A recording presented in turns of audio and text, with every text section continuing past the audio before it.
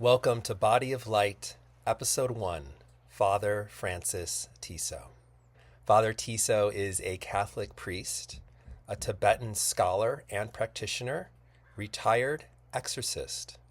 He is the author of the book Rainbow Body and Resurrection, which goes deep into the case of how a monk in Tibet mysteriously disappeared, vanishing into light at the time of his death, leaving nothing behind but the robe he wore. This monk's name was Khenpo Acha. In this book, he deeply talks about his travels to visiting the hermitage where the monk dissolved into light. We talk about this and much more, so please enjoy Father Francis Tiso. I had heard about Rainbow Body before this particular research project because I had taken a number of teachings and had read many books by Namkhai Norbu Rinpoche, okay, the great Dzogchen master, a great Rime master who was teaching here in Italy. So I had heard about the phenomenon, was curious about it. And then in 1999, my principal spiritual teacher is Brother David Steindelrast, and he heard about a situation in 1998 in which someone in eastern Tibet had been, after death, had dissolved their body. And he said, we really need to study this. So he thought that I could do it because I knew some Tibetan and was able to travel and perhaps could find something out about the rainbow body and maybe even make a comparison to the experience of the resurrection of Christ. And so he also got a seed grant to make this possible. And later we got some more financial support for the research. So I really owe it to him, to Brother David. Brother David is an Austrian Benedictine monk who for many years lived in the monastery of Mount Savior in upstate New York. But as time went on, his mission in life was to reach out to people of different religious backgrounds and was very active in the dialogue with Zen Buddhism. All right, so he figured that since I was a student of his and I had lived with him for 2 years and been his attendant and secretary, since I was focusing on the Tibetan, not exclusively, but on the Tibetan Buddhist traditions, that I could carry out this mission because he was concerned about the comparison with Christ's resurrection, and especially he's interested in the Shroud of Turin, which he felt, as I think many people do today, may be, in fact, an authentic relic of someone who dissolved their body into light. So I went off and I did this research first in 1999 in a preliminary way, and in 2000 actually interviewed eyewitnesses to the case of Khenpo Acha. So that's kind of the background there. I'm a Catholic priest in Italy. My intention here has been all along to live a form of monastic life within the clergy of my diocese and to help the needy, migrants, and people searching for their spiritual journey, searching for the path, to try to help them along in various ways. So I've been doing that for probably 37 years already. Yeah. You went to Tibet and you went to the site, his monastery, where the Khenpo Acho, am I saying it correctly? Khenpo Acho? Sure, yeah, I guess they do the Sure. Ocha, Acha. Acha, Acha. Acha. Okay. Yeah. So, Yeah, like and in your book, you that talk about means the Dharma. That's the Tibetan translation of Dharma. Okay, so the Dharma of Ah, all right, the right. primordial sound. Okay. Yes. Absolutely. Yeah. So in your book, you mentioned this as well. And this has been recorded. I've heard this number thrown around, but I don't know where people got this. 160,000 cases of this reported. I don't know if that number is accurate in any way, but there is many eyewitnesses, especially in Tibet and in the Tibetan Buddhist culture, of this rainbow body death experience phenomena. And I'd like to kind of go into what the physical facts are that we see from an outsider perspective. So with the Kempo's case, there were when he actually his vital signs stopped over the course of 8 days. His skin started to reverse age basically, and the wrinkles went away. He started to shrink. There were beautiful smells in the air, fragrances. There were sounds that were heard. And then eventually, of course, after the 8 days, his body was completely gone. And in some cases of the rainbow body, the body shrinks, stays in that shrunken form, or the body shrinks, leaving hair, sometimes teeth and nails. And then sometimes, in this case, the body just is completely gone. Was his That's right. clothes gone too, do you know? Or was that was everything? No, just the body. They covered his body with his monastic robe, with the Hmm. yellow-colored Right, mantle that they wear, and they watched and did prayers, of course, during the course of the 8 days, and then they didn't. One of the things here is that some of the people who have attained the rainbow body prefer to be in a cave or a tent and not be seen while this process goes on. And right. as you probably read in the book, there was this case, I think in 2003, of a Bonpo monk who began to manifest the same signs, but people interfered with that. Yes. And I use that as an example of a fortunate mistake, because in the sense that uh, since we were there in Nepal when the phone calls were coming in from Tibet about what was going on. All right, so I can assure you that I was in the presence of telephone conversations about this. And the fact that it was a failed event indicates that something was really going on, right? Yeah. But it got messed up because of inappropriate interference that took place. That's Yes. described in the book. We were with the great Bonpo master Lopan Tenzin Namdak in Kathmandu, and we were interviewing him extensively on this subject. So it was really very auspicious to have this event take place and to be able to say that something was going on that was extraordinary. Right, so that because someone could point to the case of Kenpo Acha and say, "Oh, well, that's just an idealized account of the death of a very beloved and holy person," right? But when you have a misguided situation, it's harder to use that excuse, right? So in some ways, a mistake was helpful to making the case that something really does take place. Yes. All right. As far as the 160 or whatever, 180,000, I have my doubts about that. There Right. don't seem to be any real, although people will debate about this, but in terms of documentation, there don't seem to be any cases of this before the 11th century.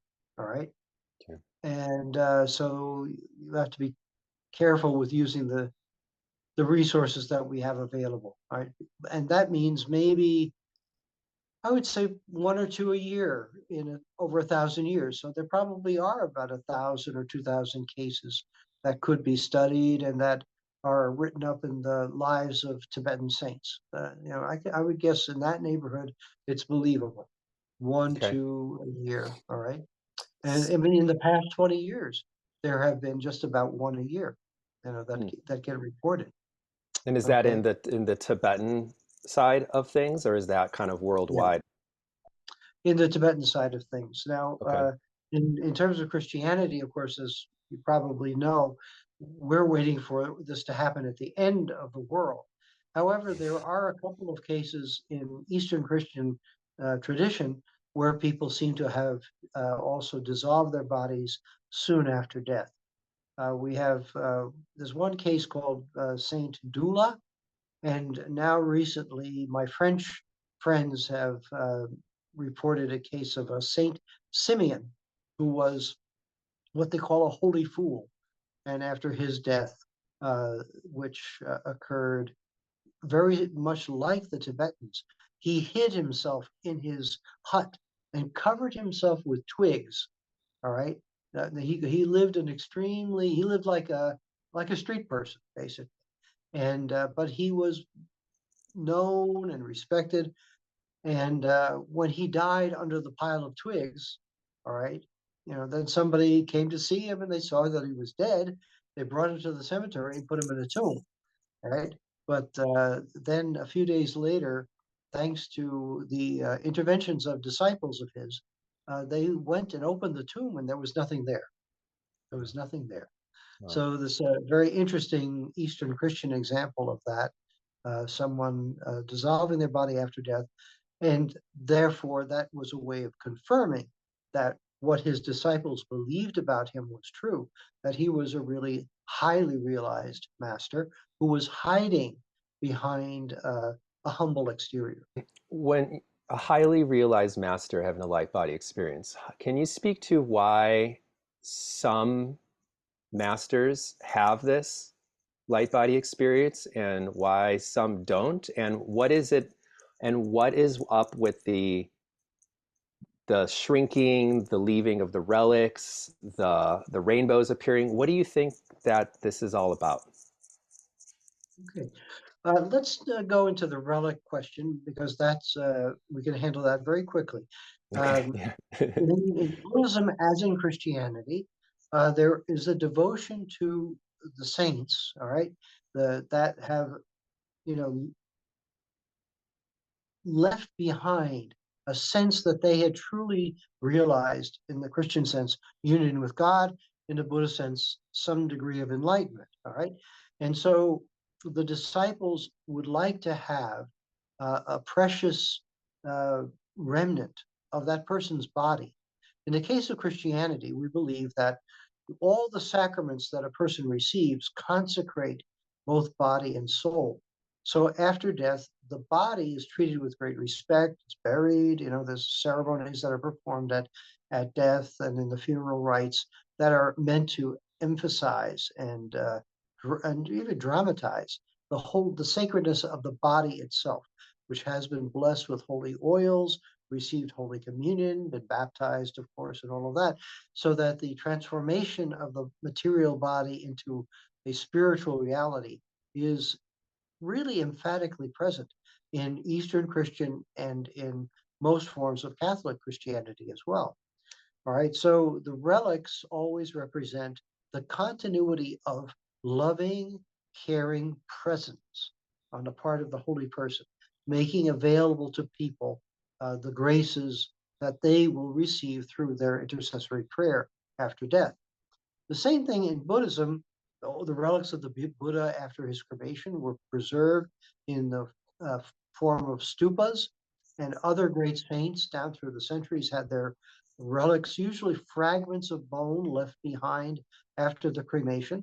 They were put into multiple containers of precious materials and then enshrined at the very center of a great stupa. And then people would come to the stupa, make circumambulation in the clockwise direction, and receive the graces and blessings and merit of a devotional act. All right. They have uh, sowed the seeds of devotion in a worthy field of merit, it is said. All right. And so devotion to the relics is very important. And in Buddhism also, it has been a custom to have one's ashes deposited in a small stupa near the stupa of a great saint or Buddha. Okay, so those practices are well known. Now, in the case of rainbow body and the shrinkage of the body, the specific point here is that it is an act of compassion on the part of the master to leave relics for the devotion of the disciples. This Mm, is why, in some cases, for example, Dudjom Rinpoche and Dilgo Khyentse Rinpoche, yes. they, at the request of close disciples and family members, did not completely dissolve their body after death, but left relics, which are still to this day venerated. In the case of those two masters, I know the one, I think it's Dilgo Khyentse's relics are venerated near Bodhanath in Kathmandu. Okay, so the idea here is this devotional connection. So this also ties into the notion: does this master have disciples or not? And this is one of the reasons why there are some hidden yogis who did not want to take on disciples and who intended to attain the rainbow body, in the complete form. The case of Kenpo Ache is very interesting because here we have a monk who had many disciples, and we met quite a few of them while we were there, both nuns and monks, close relatives, friends, and ordinary lay people who were very devoted to him. And so he had that responsibility to leave them something, but he had a degree of attainment in which he could completely dissolve his body at the time of death, so that what was left behind was only the robe he wore. Okay. And of course, the hermitage. So, in a certain sense, he was saying, I'm leaving you something, but I'm not going to leave you a bodily relic. All right. I'm going to attain complete rainbow body. And in fact, His Holiness the Dalai Lama made the statement after the death of this particular Kenpo that he will not even take reincarnation. He has passed beyond completely. Okay. So this is a very particular case that we studied. Now, then we go into another whole dimension on this, the debate over whether the rainbow body is really Buddhist or not. Now, it's really true that Buddhists and great Buddhists have attained the rainbow body and in various forms and various times. But there is a debate as to whether this particular manifestation is something very specifically Tibetan and therefore not 100% Buddhist. In fact, when we interviewed his monk friends in the town of Kanza who belonged to the Gelugpa order, they were very discreet about not discussing the rainbow body manifestation. They talked about his goodness, his holiness, his purification.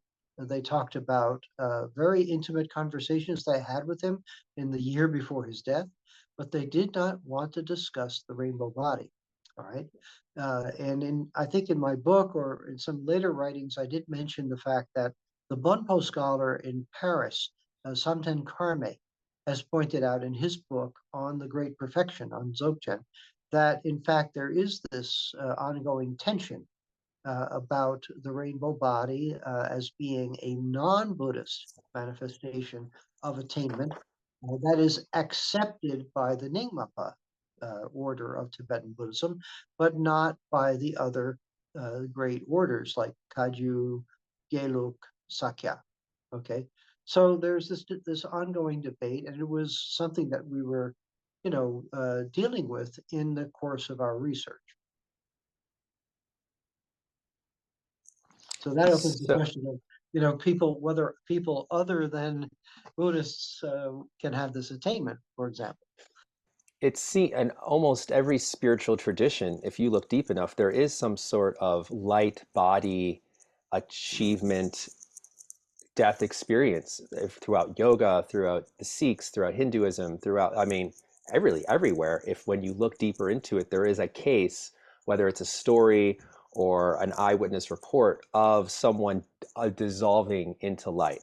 Do you know or feel that there is a specific rainbow body practice? I know we have Dzogchen, but is there actual because there's a few books that I have where it talks about specific Rinpoches giving, sharing what they have done in their lives to where they then, when they died, had a rainbow body death experience. They kind of explain their practices, what they've gone through, a biography, so to say. But they only give the ingredients. There's never like the how to.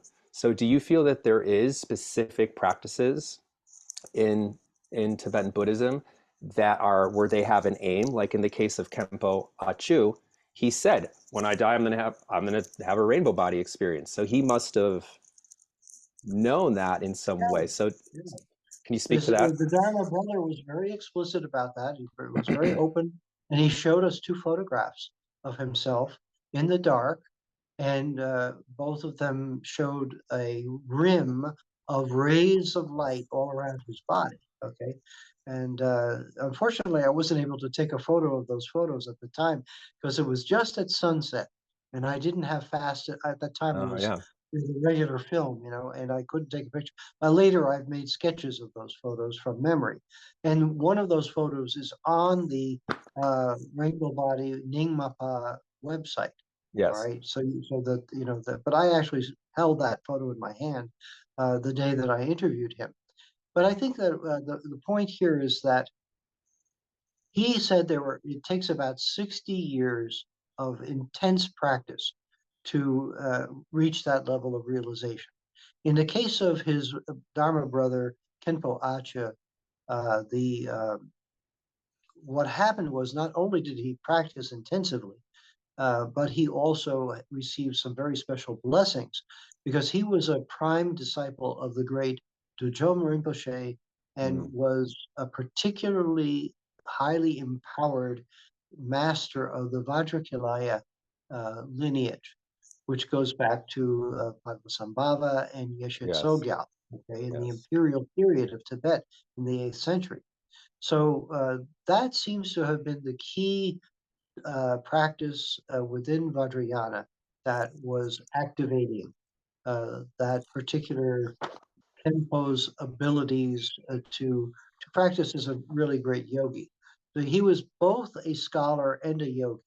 He had studied with both Nyingma and Gelugpa masters. All right, so he had a tremendous amount of say he was packed with spiritual energy and Yeah. uh and and was known and was one of those guys, make peace with the bandits, make peace with the animals, find ways to deal with the terrible consequences of the rebellion of the Kampas in the late 1950s in eastern Tibet.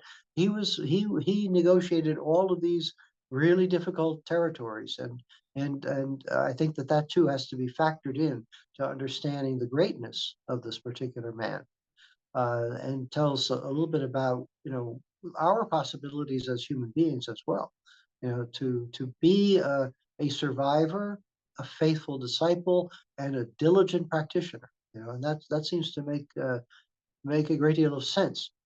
The Now, in terms of the traditional Nyingma and Bonpo Dzogchen system for high attainment, there are two general categories. One is called Trekchod, and the other is called Togal. Yes. Okay, and the Trekchod can be summarized in just a few words as a collection of practices, many of which have deep roots in both Buddhist and non-Buddhist spiritual systems, for focusing the mind, all right, without fixating the mind. Okay, these are very skillful practices for focusing without fixating, right? So that they perfect the early Buddhist practice of breath meditation, right, and meditation on the five skandhas, all right, the five components of a human person, all right. So they're a skillful way to deal with what we are and what our possibilities are as an embodied consciousness. Okay, so that's your Trekchot. Then there's Togal, and Togal is a series of practices that are done working with light. Okay, and usually they start with light, the moon and the sun. All right, like the sun at sunrise and sunset, the moon at various times, and working with that light, gazing upon it, right, and receiving that light as an energy that activates your subtle energies in the body.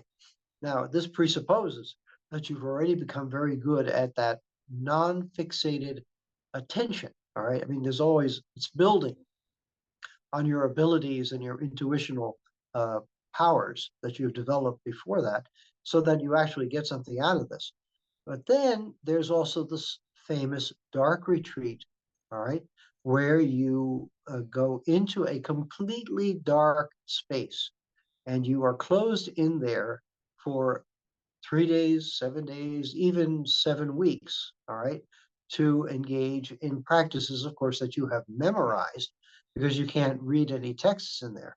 Right. You have to do the physical yogas and rituals in the complete darkness. And food is passed to you through a special trap door, that is designed not to allow any light to come in when the food is placed in that trap door. And so we actually visited in 2019, we visited a series of caves in northern Nepal near the mountain known as Annapurna, along the Galakandaki River, where the Bunpo yogis still do this kind of retreat in a very natural setting. But it's also possible to construct a dark retreat setting. My friend Lama Justin von Budgos is doing that with a bus, a bus that he's completely retrofitted so that it can be set up as a dark retreat cabin. And one of my good friends has done the retreat there in only 3 days and reports very, very good results, very good results with that. What I think is going on there is, maybe from a scientific point of view, the light that you see is actually the natural light of the cells of the body, which is also called biophotons. All right. And that those biophotons are connected with the biochemical processes of your genetic structure, those in the nucleus of the cell, but also the protein synthesis part of your cell, all right, that is directed and energized by that light. Okay, but now can you imagine if you could concentrate that and really become so sensitive that you could actually observe it? All right, and that seems to be what's going on in the Togal advanced practices, because you become a true expert in the body of light as it is already inside of you. Okay, and you become, you might say, very familiar with that territory.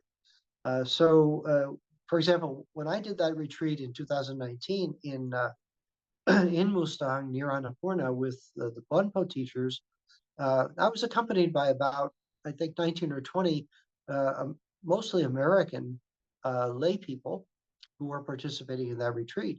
And because I had been fortunate enough to, well, of course, I lived as a hermit myself, was doing a lot of practices for many years and all of that, I got a lot out of that retreat, because many things that I had glimpsed became much more stable in that retreat. And that wasn't even a dark retreat.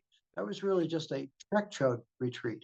Mm. But I was able to not only see the luminosity inside my body, which I had already begun to understand, but I could see it penetrating my whole body and then going beyond my body to link up with the luminosity, with the subtle energy present in all the phenomena around me. Okay. And that really encouraged me quite a bit to encourage other people to try this and to use the methods that can be used to attain that ability. All right. Because once you've got that, then that really you are light. You Yes. really are light, and Yeah. you can tap into that, and it really helps with your experience of spiritual transformation and becoming well, becoming someone who was a caring person, who was a loving person, just like Kenpo, just like Jesus. So it seems like there are specific practices, empowerments, initiations, common ways people live, think, qualities of their life that do result in this light body experience.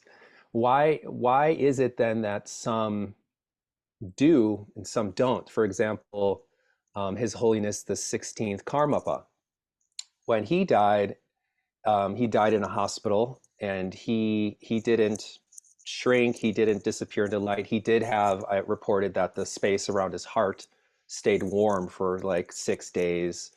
So I guess the question is, yeah, like why some and not others? What do you think that's about? Well, the usual Tibetan response is that it has something to do with responsibility to one's disciples. Okay, Okay. so that leaving behind a bodily relic is really important. All right, and Okay. therefore the cremation process is very important.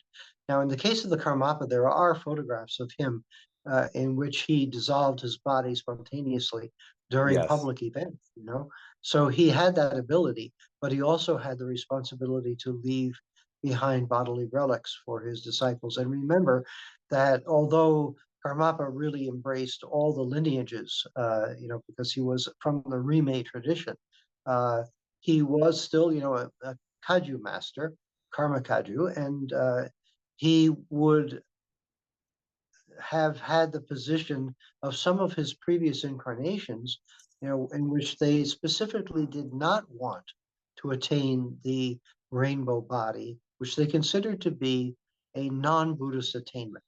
Okay, I think it's the eighth Karmapa who says that this is something that you can attain through meditating on spheres of light, but it is not Buddhist.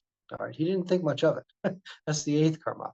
I think the 16th would probably have been more open-minded because in the late 19th century, you probably have heard about the what's called the Rime movement, the unbiased or open movement, in which people of different lineages in Eastern Tibetan began to realize that they had a great deal in common, and they should stop being rivals one to the other, but should take teachings from one another, especially when there was the risk that some of these teachings were going to die out. Right? Because in Tibet they have the system where a living master has to attain mastery of a particular teaching. And if that person dies without finding a disciple to whom he can hand that on, all right, it means that the lineage remains a book on a shelf and no longer a living tradition. So the Relay movement really made great strides in preserving lineages that were in danger of extinction, and brought a great deal of new life, breathed new life into the various lineages of Eastern, especially Eastern Tibet.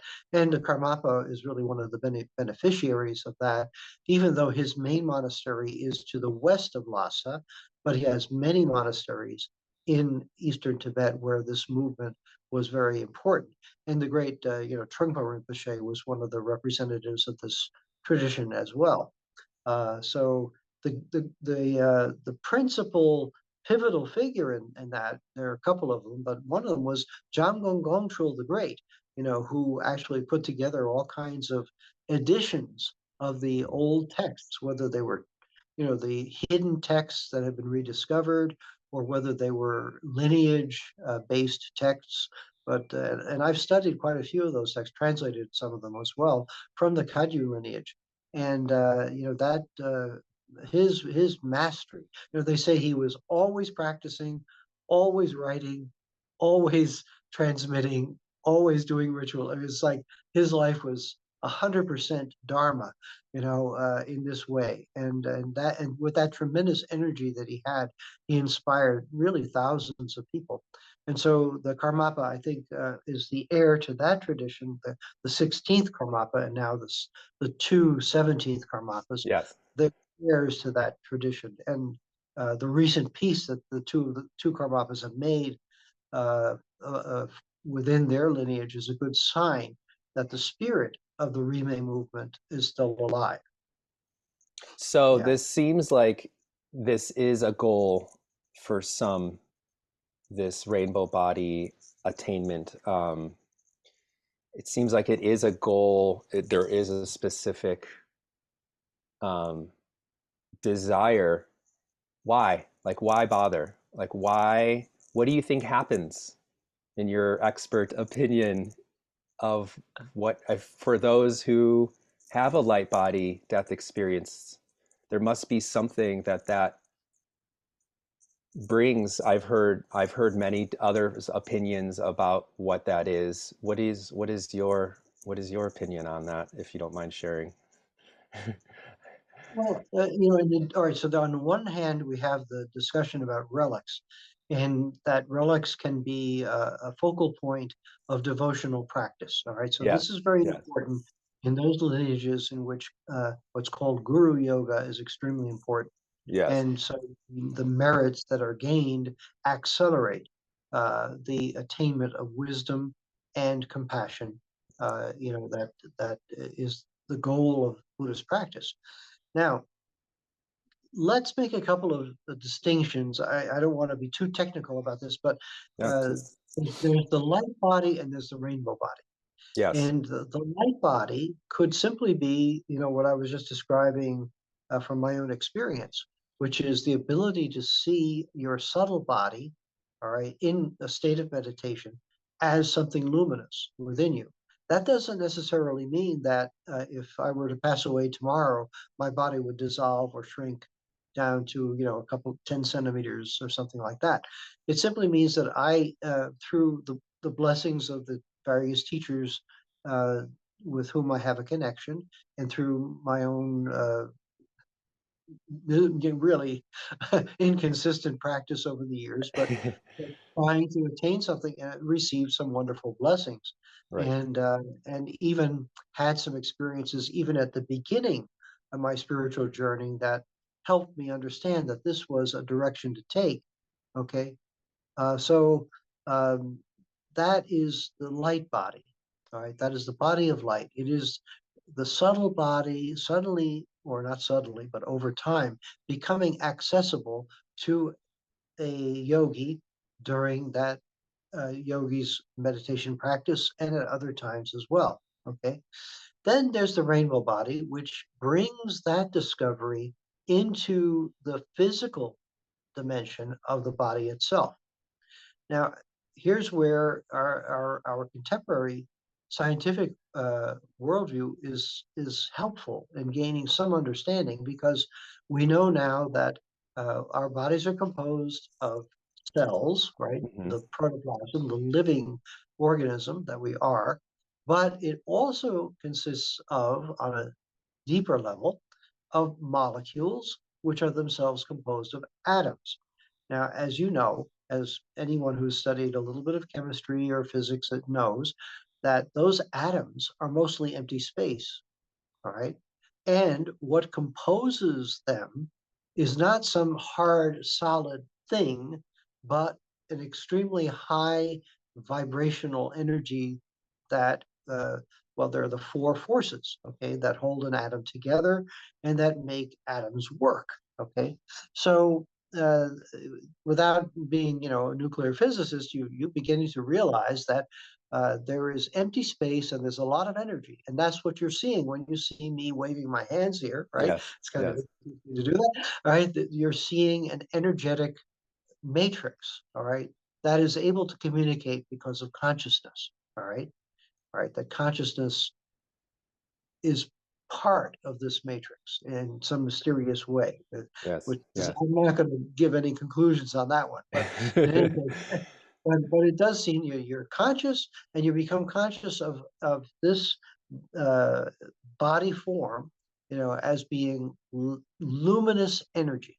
Okay, Okay. now, with the attainment of the rainbow body, we have people who, through their practice of meditation and various bodily forms of yoga, breath control, and so forth, have shown that there is an interface between the body of light, the subtle body, if you want to call it that, and the material body. And you can bridge that interface through practice and bring about a physical transformation of what we know to be, anyway, empty space and high energy particles in motion. All right. Yeah. So it's so that consciousness suddenly reacquires its tremendous importance in the human experience. Consciousness can be a protagonist in bridging that interface between the discovery of the subtle body and what we call a material body, which we know to be primarily energy. Okay. Once you've discovered that, even if you don't want to go to metaphysics and you don't want to go to, big narratives of the meaning of life, but you can't help but be moved by the thought that our human experience is really quite extraordinary. Yes. That there's a degree of wonder involved. And this is why I brought in to my book the whole discussion of the Christians from Central Asia who use the the ancient Aramaic language, and still do use the Aramaic or Syriac language in the liturgy. All right, and the discoveries that they were making about the same time as the origins of Dzogchen in Tibet, and their discovery of wonder, light, uh, visionary experiences, transformative experiences, which also had an effect on their bodies, helps us to understand that there was something going on in Central Asia, in China, in Tibet, and in India. All right. So from Western Asia to Eastern Asia, we have explorers, all right, that are beginning to, in the especially 7th and 8th century AD, are exploring and discovering some remarkable things about what it is to be a human being. Now, in the case of the Christians, of course, they were inspired by the resurrection of Jesus.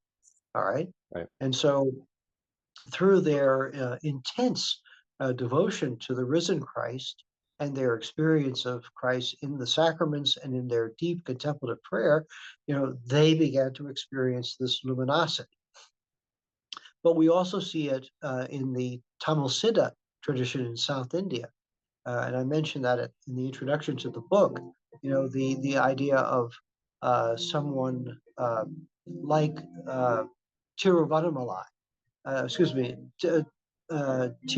what is his name now? Tiruvannamalai is the city.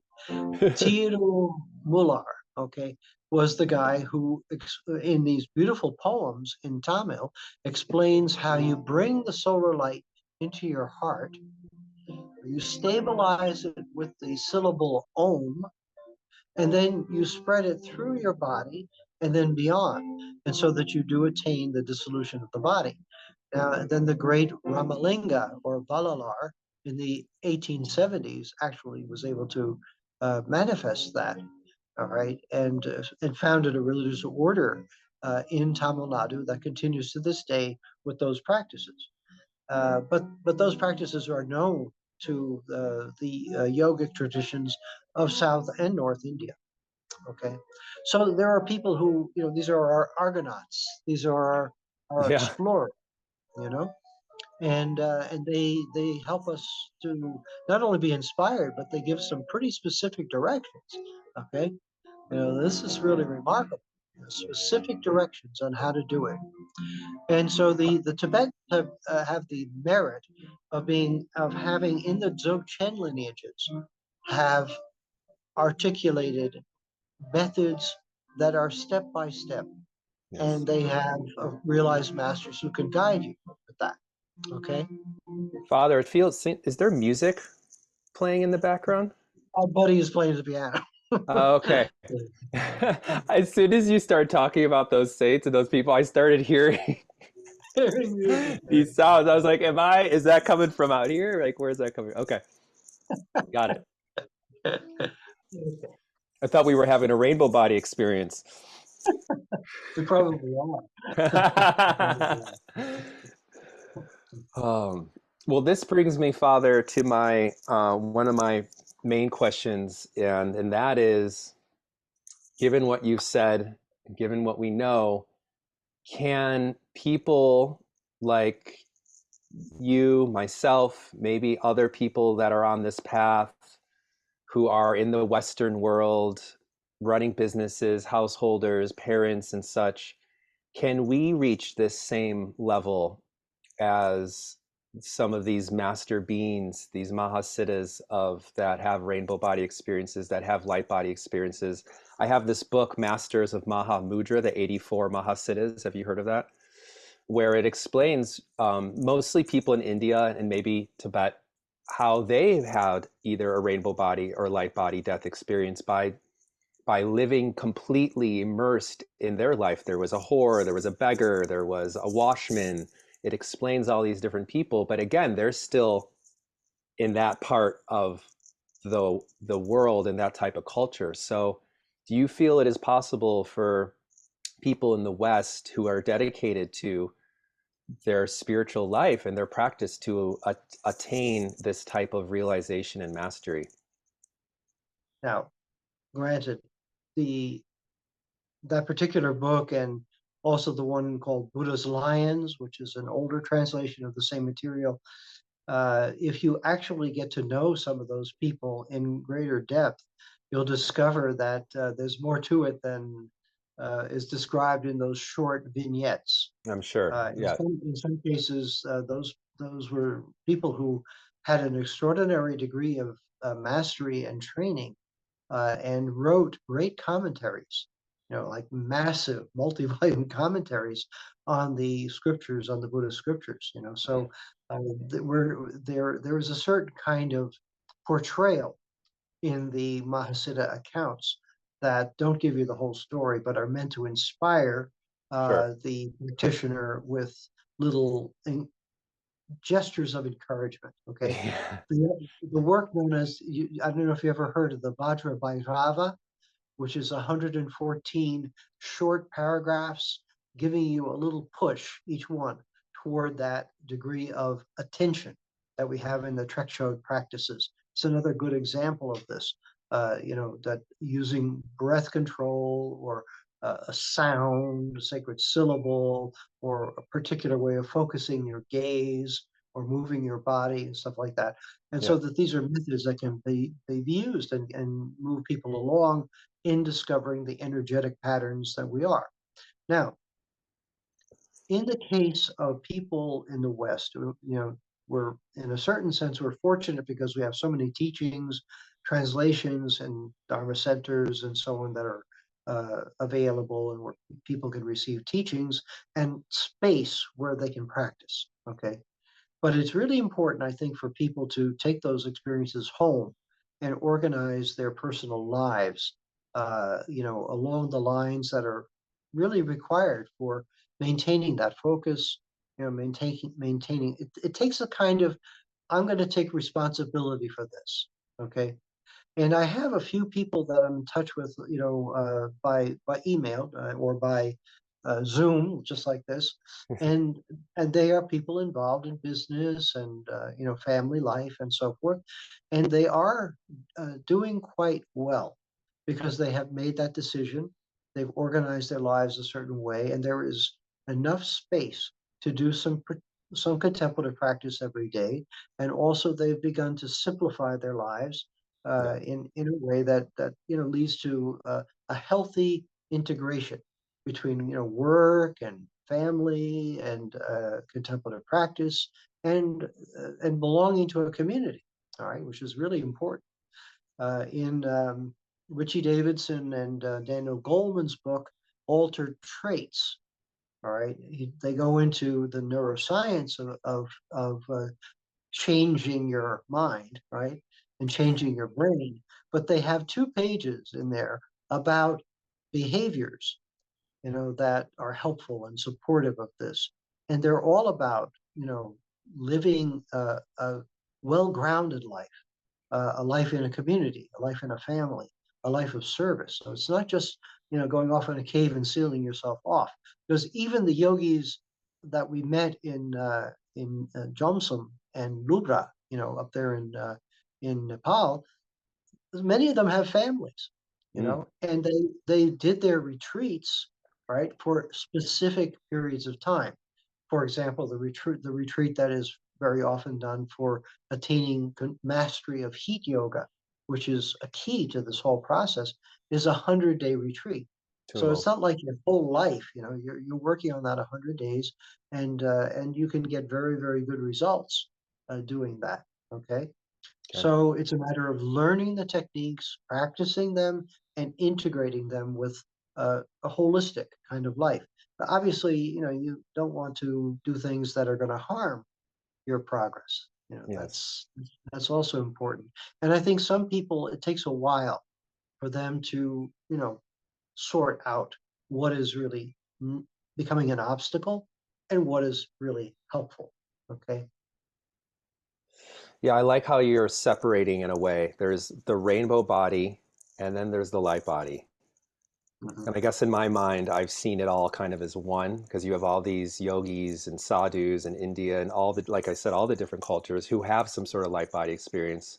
And then there's the Tibetan way. And it seems like it's just different. styles almost, or different flavors of ultimately, would you say the same thing? Just like the Tibetans have their way of doing it in their culture, and then over here they have their way of how they do it based on what they've seen throughout the times.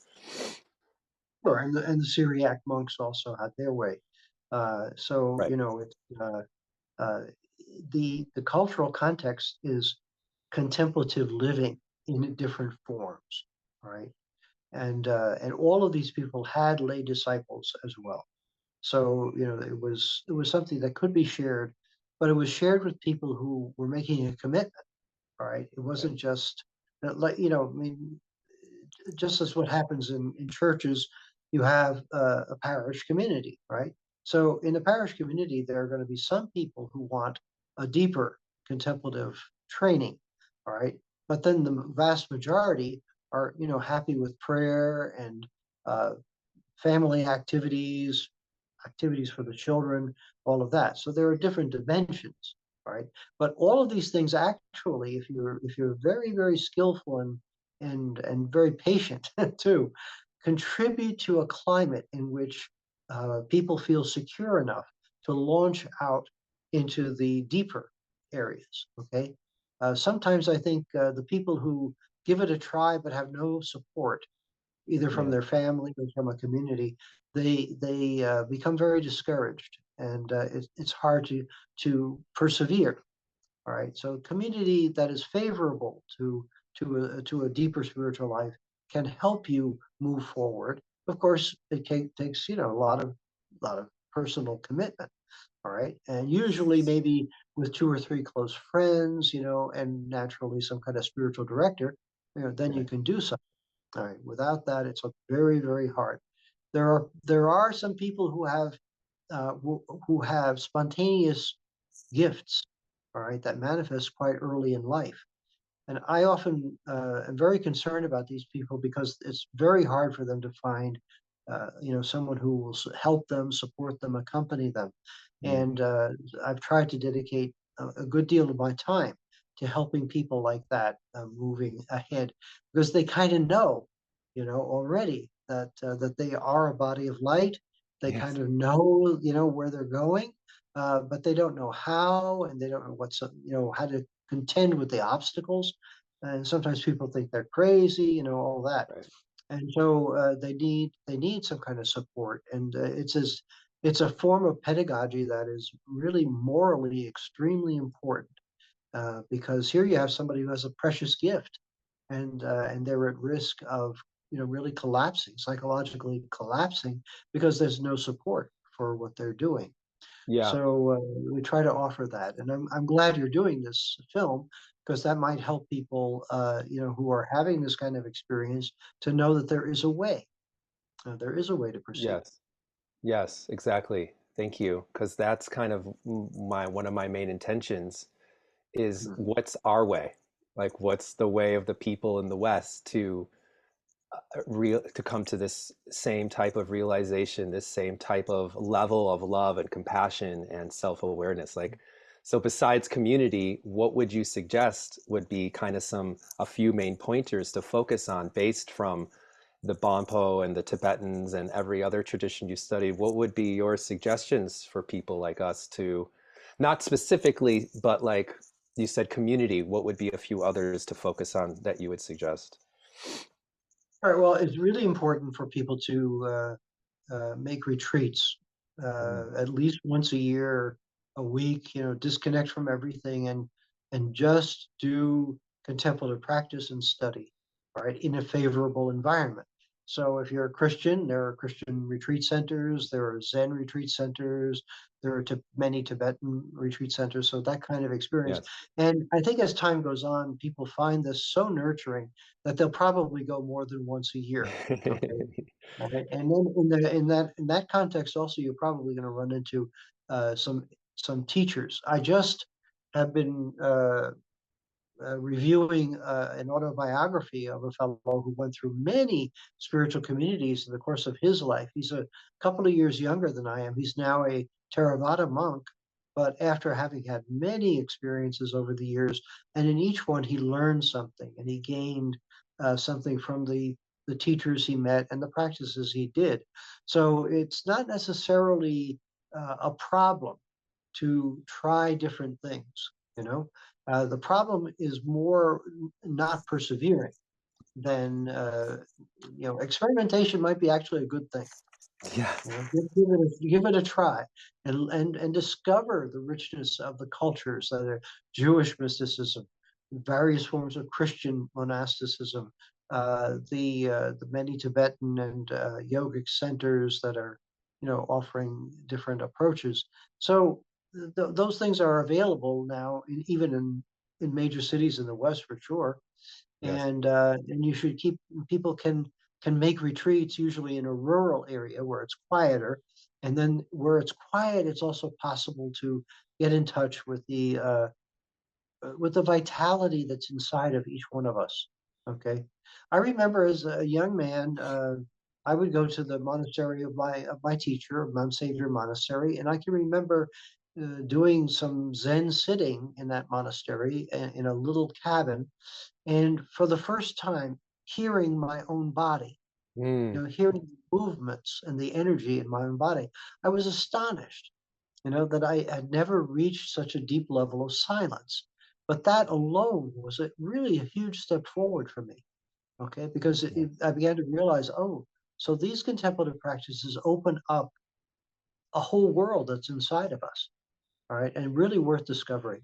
Because that measure of silence and became a measure also of focus, and becoming a measure of focus enabled me to do many other practices much more uh, in a more meaningful way. Okay, Yes. so the emphasis on retreat practice and of course finding a spiritual guide. You're reminding me, there's this nunnery in Tibet called Gebchek, Gebchek Gompo. Have you heard of them? That monastery? No, East. It's a nunnery that is from the, I think dates back to the, I don't know what tradition specifically, but it dates back definitely to the Padmasambhava type of lineage. And it's nuns that are living to this day. They they are known for tumo. They have this jutchen practice where mhm. they go around. This is the only time they let people come and watch them, and they go outside in the winter and they do the sheets on them and have that whole experience. So they're very masters of tumo. But this one documenter went there and he filmed them and asked them questions because almost every woman who dies there has some sort of rainbow body experience or relic left behind. One actually recently dissolved completely into light. And the documenter asked, how does one attain the rainbow body, basically? And the main nun, or the I forget what they call her, the abbot, not the abbot, but the one who's in Yeah. charge, like takes care of the nuns, Mhm. whose sister was the one that dissolved into light. The documenter asked her, how does one attain the rainbow body? And she said, the simplest way I can say it is abandon all effort, find the silence beyond thoughts, and then simply remain. And the body will dissolve into light. Mhm. So it reminded Yeah. me when you said silence, find that silence. Like, Mhm. that's, I feel like in a nutshell, if you can get to that place where you can abandon all effort, which which to me is like finding that silence, finding that space where the desire, the all the outsideness kind of can go away, and you just remain in that natural state. And as you've explained, of how our body and our neurons and our cells are really light already, and to just be in that space, and then you add the blessings and the empowerments and everything else. I guess according to her, that's the body just kind of does it automatically in a way. It becomes what it is. It becomes what it is, right? Yeah. Right. I think and we're coming to the end here, but I feel that, to me, if I have this theory that if people, especially in the West, but all over the world, if we weren't so piled on with beliefs and traumas from birth and childhood and religion and what have you, that this might be a way that we all would die. We would just die in this way of turning into light. And it's the things that are kind of piled on us, our karmas and our beliefs and our addictions and what have you, that may be kind of subduing that or blocking that. We're constantly defending a self, an Mm. identity, Yes, that we think is really important for various reasons, good or bad, right? But sure. we're constantly shoring it up. And this silence and letting go that you're describing is when a person is really, really convinced that there is no need to defend anymore, Mm. right? There's no need for this constant assertion, defense, this dialectic is not, right? Kind of stuff back and forth. And when you're at peace with that, then the natural state arises spontaneously. That's true. That's true. You do have to put in a little effort, though. It's an effort that is not about me. It's not about defining me. It's Mm. an effort that is simply clearing the way, clearing the way. Right. Okay, this is the second point of Gaurav Dorje, removing doubt. Okay, Mm. which is considered the purpose of practice, to remove doubt. You've received the contemplative state from the master. You remove doubt through practice and letting go, and then you remain in the state. You remain in the state, and those are the 3 points. And it sounds like that Abbess was communicating exactly that. One of the things that I think is very important is to really respect the fact that these kinds of teachings are for people like the ones I was describing a few moments ago, who perhaps even from early childhood have begun to experience awakenings of various kinds. All right, so the teachings are for them. All right, these special people. They're not. It's not an elite. It's not like they're better than everybody else Right. kind of thing. It's just that it's a certain kind of body mind complex that awakens more spontaneously to these truths. So the teachings are really for that group of people. Now, part of the teachings, of course, are moral and social responsibility. All right.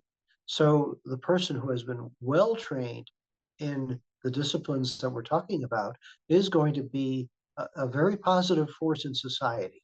And now I'm working with a few friends on a possible educational program that would be along these lines. We don't really know how this is going to turn out, but we do feel that there is this possibility, right? That meanwhile, for people who don't have the spontaneous awakenings or whatever, or not aware of it, not yet aware that maybe that's happening in a dream or in a relationship, maybe they're just, not quite ready to accept it.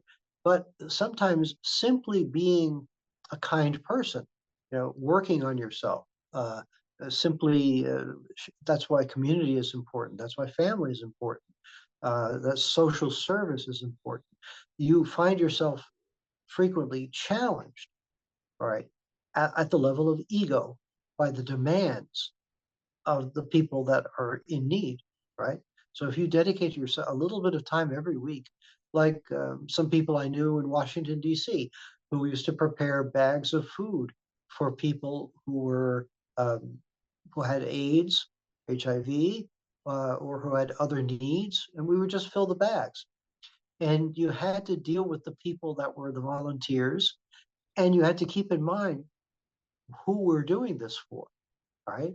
Although we never actually saw the people we were serving, but we had Mm. to keep them in mind as we worked together, right? And there was a lot of ego erosion that could go on simply in that kind of an environment. Very simple, social service kind of project. So I think as people go along, they will discover the benefits and really the joy of some of this, and then the next step opens up spontaneously. Okay, so you don't have to. We don't have to force it. and you don't have to jam it down anybody's throat. Yes. Yeah, there are people out there who are hungry for this, and I've seen people within days uh, experiencing the light body. Just doing some basic practices. So you can see there are some people that are really right on the cusp, and it's just a matter of encouraging them and being with them so that they can discover who they are. Is there any final thoughts or anything you'd like to share regarding any of this before we close this interview? Well, I think maybe we could start this new year simply by thinking thoughts of, asking forgiveness for the things that we may have done to hurt somebody, and forgiving anybody as unconditionally as we possibly can.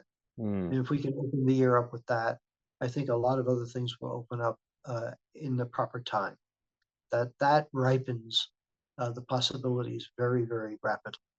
Okay, awesome. forgive and ask forgiveness. At least that. Okay, I'll Yes. leave it at that. Yes. Thank you so much, Father. Thank you for being here. Thank you for being open to being a part of this project.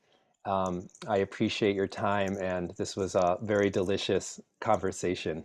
Hey, thank you very much, Nicolas. I think you're doing a wonderful project. All right, many blessings.